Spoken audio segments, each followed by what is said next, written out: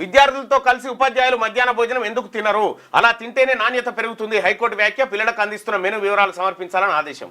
నేను ఈ school shoes distribution కోసం పోయినప్పుడు ఖచ్చితంగా అవకాశం ఉన్న చోటల్లా విద్యార్థులతోనే కూర్చొని మధ్యాహ్న భోజనమే తినే ప్రయత్నం చేస్తా. కానీ కొంతవరకు మంచి క్వాలిటీ మెయింటైన్ చేస్తూ ఉన్నారు.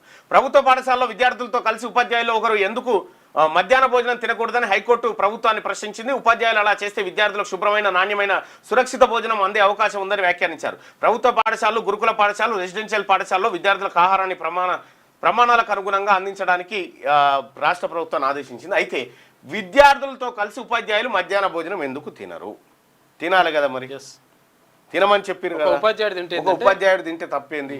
అట్లాగే హైకోర్టు కూడా నేను చెప్తా ఉన్నా, ఈ ప్రజాప్రతినిధులు అందరి పిల్లలు కూడా ప్రభుత్వ బడిలో ఎందుకు చేర్స్తలేరు?